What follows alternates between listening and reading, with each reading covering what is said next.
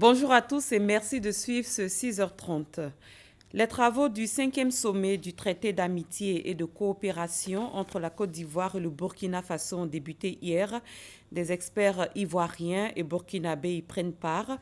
Le sommet se déroulera les 28 et 29 juillet à Yamoussoukro en présence des présidents Alassane Ouattara et Roch Marc Christian Kaboré. On fait le point des préparatifs de cette rencontre avec Alvorassa. Le 5e sommet du traité d'amitié et de coopération entre la Côte d'Ivoire et le Burkina Faso a débuté ce lundi avec la rencontre des experts des deux pays. Pendant 2 jours, ils vont plancher sur plusieurs questions. Des questions relatives aux infrastructures routières et ferroviaires liant les deux pays, à la fluidité routière, à la libre circulation des personnes et des biens, à la mise en place d'une société de pipeline sur le tronçon Bouaké-Ferké, Ferké-Ouagadougou. De diplomatie, d'intégration régionale, il en sera question, sans oublier la défense et la sécurité pour mieux lutter contre le terrorisme au niveau de la sous-région. L'agriculture, le foncier rural, les ressources animales, le changement climatique, la santé, l'éducation sont également sur la table des experts. Des experts qui vont procéder par ailleurs à l'évaluation des décisions et recommandations issues de la 4e conférence au sommet du traité d'amitié et de coopération entre la Côte d'Ivoire et le Burkina Faso, à la validation des projets d'accord à signer lors de cette 5e conférence au sommet et enfin à l'élaboration du projet de communiqué conjoint. Que renferme l'aspect économique de la coopération entre la Côte d'Ivoire et le Burkina Faso? Sachez que les échanges commerciaux entre les deux pays s'élèvent à environ 290 milliards de francs CFA. De nombreux investisseurs burkinabés sont présents en Côte d'Ivoire et le Burkina Faso s'appuie fortement sur les ports d'Abidjan et de San Pedro pour son commerce import-export. Awa Touré et Mahama Traoré nous en disent plus. Bernard Bonan dirige une entreprise spécialisée dans la sécurité électronique. Cet opérateur économique burkinabé le reconnaît. Son entreprise, implantée dans plusieurs pays de la sous-région, doit son essor au marché ivoirien. Le marché ivoirien par rapport aux autres marchés comme le Burkina, le Bénin où nous sommes représentés, le marché ivoirien représente pratiquement, disons, 65% de notre chiffre d'affaires. Cet homme d'affaires burkinabé n'est pas le seul à avoir trouvé un Eldorado en Côte d'Ivoire, chose que confirme le représentant de la Chambre de commerce burkinabé en Côte d'Ivoire. L'environnement des affaires en Côte d'Ivoire est propice. Pour preuve, après le retour de la paix, beaucoup de Burkinabés sont venus investir en Côte d'Ivoire, à l'image du mouvement qu'on observe de la part des autres pays, aussi bien de la sous-région que du monde en général.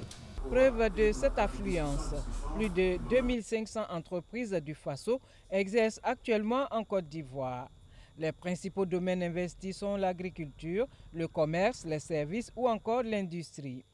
Selon cet expert, l'influence de ces milieux d'affaires burkinabés pourrait être bien plus grande, n'eût été quelques difficultés rencontrées. On a constaté qu'il y a une certaine inorganisation au niveau des opérateurs économiques burkinabés ici, qui n'ont pas une bonne connaissance de l'environnement des affaires, qui ignorent aussi qu'ils ont des institutions telles que la représentation de la Chambre de commerce burkinabé et le Conseil burkinabé des chargeurs qui sont installés ici, qui sont des institutions ressources qui peuvent les orienter dans ce qui concerne le milieu des affaires ivoirien. Outre les affaires, la Côte d'Ivoire est également un partenaire de choix du Burkina dans le domaine du transit import-export. C'est par les ports ivoiriens et principalement celui d'Abidjan que sont acheminées une bonne partie des marchandises à destination ou en provenance du Burkina. Il y a des avantages à travailler avec les ports ivoiriens pour l'expertise, pour la logistique. Le port d'Abidjan est la meilleure porte d'entrée et de sortie de nos marchandises, autour de 65 et deux fois 70% de nos importations passent par le port d'Abidjan pour la simple raison que les opérateurs économiques ont le choix entre le rail et la route. Toujours selon le Conseil burkinabé des chargeurs en Côte d'Ivoire, les ports ivoiriens accueillent actuellement à l'import comme à l'export 1 200 000 tonnes de marchandises burkinabées contre 450 000 tonnes par le passé. Une hausse favorisée par la réduction drastique du racket et l'amélioration de la sécurité sur les routes ivoiriennes. Un peu plus loin de Yamoussoukro, ici à Abidjan, le nouvel ambassadeur du Burkina Faso en Côte d'Ivoire a été officiellement installé par le ministre burkinabé des Affaires étrangères et des Burkinabés de l'extérieur, Alpha Barry. Il s'agit de son Excellence Mahamadou Zongo. Alexis Ouedraogo. Alors que ce matin se sont ouverts les travaux du traité d'amitié et de coopération Burkina Faso-Côte d'Ivoire, le nouvel ambassadeur du pays des hommes intègres a été installé en Côte d'Ivoire par le ministre des Affaires étrangères burkinabé, Alpha Barry. Pour lui, ce acte est un message fort. Je vous avais dit que les deux présidents sont en phase. Je vous avais dit que les deux ministres sont en phase. Vous avez la preuve aujourd'hui. Un message qu'appuie le ministre ivoirien des Affaires étrangères, Albert Mabry-Touakeus. Le traité dont les travaux démarrent ce matin à Yamoussoukro est unique en son genre en Afrique. Nous faisons mieux que le tandem France-Allemagne en Europe et nous ferons en sorte que dans les mois, dans les années à venir, ce soit effectivement un tandem gagnant que nous installons ici. J'ai espoir donc en cela et je voudrais que l'ensemble des Burkinabés qui vivent en Côte d'Ivoire se sentent chez eux comme d'habitude et fassent en sorte que quand il faut contribuer à la paix, nous contribuons tous à la paix ici. Quand il faut le faire également au Burkina, que nous le faisons ensemble. La coopération ivoiro-burkinabé annonce de beaux jours, tant dans les domaines de l'économie, de la santé, de l'éducation et même du sport. Changeons de registre. Comment se porte la filière porcine ici en Côte d'Ivoire? Comment est-elle gérée pour combler le déficit en protéines animales? Cette filière est en passe de relancer ses activités avec une aide de 200 millions de francs CFA. Notre reporter Serge Koleya s'est rendu dans une ferme pour nous faire découvrir l'univers des porcs. Depuis 30 ans, Dominique Kouadio pratique l'élevage de porcs.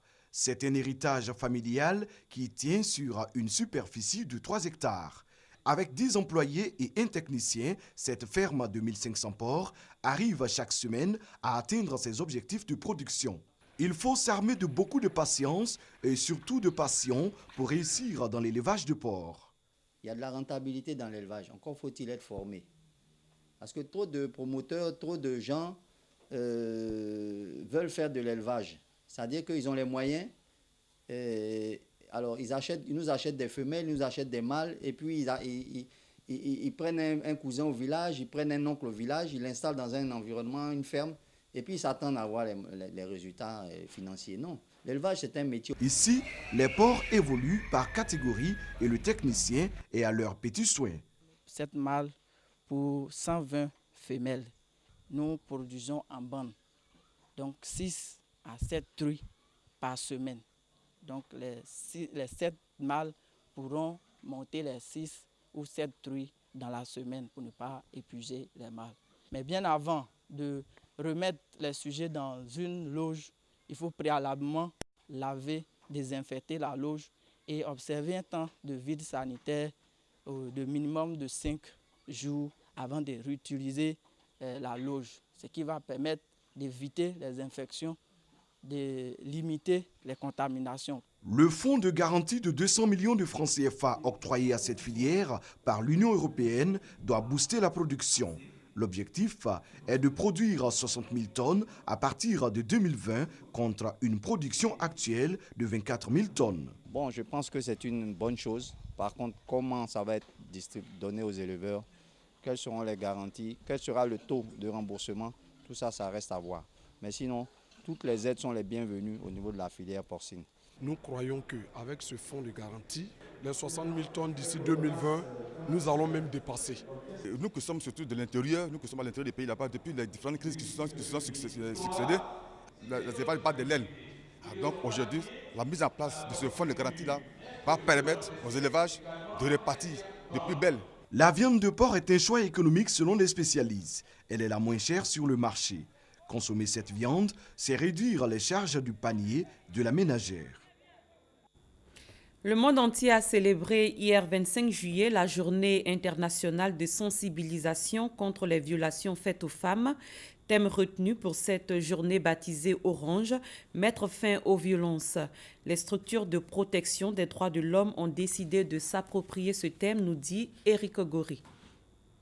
Dans le monde, plus de 50% de femmes et de jeunes filles sont victimes de violences selon plusieurs sondages des organisations des droits de l'homme.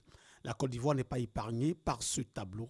Violence conjugale, violence domestique, mutilation génitale féminine et harcèlement sexuel sont des fléaux auxquels n'échappent pas les victimes. C'est pour lutter efficacement contre ces phénomènes que l'Organisation des Nations Unies a décrété une journée de sensibilisation contre les violences faites aux femmes et aux jeunes filles. Période pendant laquelle il y a une série d'activités qui sont menées à travers le monde entier et notamment en Côte d'Ivoire, nous le menons sur l'ensemble du territoire pour manifester dans la volonté du gouvernement, la volonté des acteurs en Côte d'Ivoire à mettre fin aux violences qui sont faites aux femmes et aux filles. Les violences faites aux femmes et aux jeunes filles doivent disparaître pour permettre aux victimes de s'épanouir selon les initiateurs. De façon très naturelle, nous pensons que la protection et la promotion de la femme vont de pair. Et si nous voulons des femmes fortes dans des institutions fortes, nous sommes obligés de briser le silence et de parler de faits et de fléaux qui réduisent considérablement le potentiel de la femme, à savoir les violences faites aux femmes. Des campagnes de sensibilisation sont prévues dans différentes communes du district d'Abidjan et à l'intérieur du pays, pour faire prendre conscience aux populations de ce phénomène qui déshonore la junte féminine.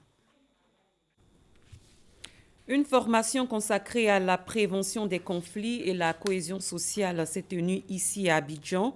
Des jeunes issus des pays de la CEDEAO ont été instruits sur le leadership. Ils pourront à terme apporter leur expertise dans la résolution des conflits et au processus de paix dans leurs pays respectifs. Hugues Hervé Blé, Kader Ouattara. Selon les résultats du recensement général de la population en 2014, les jeunes représentent 77,3% de la population ivoirienne, portant la participation des jeunes au processus de paix et de cohésion sociale demeure faible. Le constat est le même dans la plupart des pays de l'Afrique de l'Ouest. À l'initiative de Gorée Institute, organisation qui œuvre au renforcement du dialogue et à la résolution pacifique des conflits, 45 jeunes issus des pays de la CEDEAO ont désormais une meilleure appréciation de la prévention des conflits et du leadership organisationnel. Après 72 heures de formation, ils sont aptes à identifier les contraintes et défis liés à la prévention des conflits et à leur gestion. On a appris qu'est-ce qu'un leader, on a appris aussi comment résoudre un conflit, comment dialoguer avec les autorités et comment aussi utiliser les connaissances que nous avons apprises pour pouvoir aller implémenter ça au niveau de nos pays respectifs. Il faut sensibiliser la jeunesse, peut-être à travers des forums, ou bien même faire un plaidoyer, leur dire que maintenant l'heure n'est plus à l'attente. Résultat des échanges, une plateforme citoyenne de dialogue pour la paix et la cohésion sociale en Afrique de l'Ouest est désormais de mise. Et cette plateforme sera un espace d'échange pour les jeunes, un espace aussi de plaidoyer pour que aussi les jeunes puissent ensemble harmoniser leur stratégie d'intervention et sur cette base-là, qu'ils puissent servir de levier dans les réflexions pour la paix et la stabilité en Afrique de l'Ouest. Gorée Institute n'en est pas à sa première activité en Côte d'Ivoire. L'organisation avait dépêché à l'élection présidentielle de 2010 une équipe d'observateurs. Un mot de santé, le syndicat national des cadres supérieurs de la santé de Côte d'Ivoire, Sinakasi, a organisé récemment une rencontre. Elle a permis de réfléchir à l'amélioration de la prise en charge des accidentés de travail et des maladies professionnelles. Léon Brou. Médecins et autres cadres supérieurs de la santé hors des hôpitaux et laboratoires d'analyse, le temps d'un recyclage sur les accidents de travail et les maladies professionnelles. Le premier cas provoque au monde 321 000 décès par an, contre plus de 2 millions pour le second cas selon le BIT. Un tableau aussi sombre pour la Côte d'Ivoire, révèle le Sinakasi. Il y a un peu plus de 800 000 travailleurs qui contactent la maladie sur le lieu de travail. Il est bon qu'on organise leur prise en charge. Cet enseignement post-universitaire va nous permettre d'informer la population et en même temps, nous aussi, les professionnels, qu'on soit guéris pour les soigner. Venu édifier ses pairs professionnels de la santé, le professeur Jean-Sylvain Boni définit la maladie professionnelle comme la pathologie contractée par le travailleur dans l'exercice de ses activités et de préciser que pour l'éviter, l'employeur et l'employé doivent de concert surveiller les lieux de travail, le travailleur et prendre en charge la pathologie. L'expert explique la récurrence des cas. Il y a une sous-déclaration des maladies professionnelles en Côte d'Ivoire. Il y a un sous-diagnostic parce que les chiffres sont assez faibles et les chiffres ne reflètent pas la vérité parce qu'il y a beaucoup de maladies professionnelles indemnisables qui ne sont pas déclarées. Et ces maladies à caractère professionnel doivent passer comme maladies professionnelles indemnisables.